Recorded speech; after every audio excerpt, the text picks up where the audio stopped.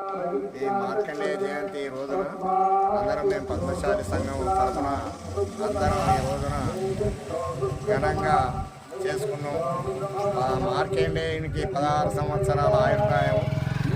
అతడు చాలా దిష్టతోని శివుణ్ణి మెప్పించి పూర్ణాయుర్దాయుడై ఈరోజు మనందరికీ ఒక దైవంగా కొలుసుకుంటున్నాం. కాబట్టి ఈ సందర్భంగా నేను వారికి ఆ భగవంతునికి ప్రార్థించుకుంటూ ముగించుకుంటున్నాను.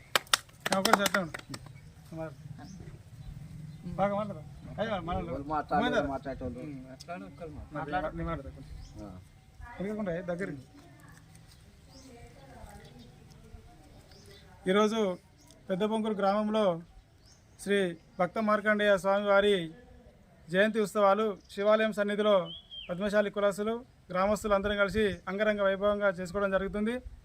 మరి మృకండునికి పుత్రులు లేరని చెప్పేసి ఆయన తపస్సు చేయగా మార్కండేయుడు జన్మించాడు. కానీ 16 సంవత్సరాలే బ్రహ్మ తలరాత రాయడం వల్ల తను భక్తి శ్రద్ధలతో పూజా విధానాలతో వినయ విధేయతలతో ఆ సప్తఋషులు కశ్యపాతి భరద్వాజ విశ్వామిత్ర జమదగ్ని వశిష్ఠులను మెప్పించి శివ సన్నిధిని శివుని మెప్పించి ఈరోజు సప్తఋషులుగా అంటే అశ్వత్థామ బలిచక్ర వ్యాస హనుమంత కృపాచార్య పరశురామ విభీషణ ఆ స్థానంలో మార్కండేయుని ఈరోజు చిరంజీవిగా కొలువై ఉన్నటువంటి మహాపురుషుడు యోగి పుంగవుడు.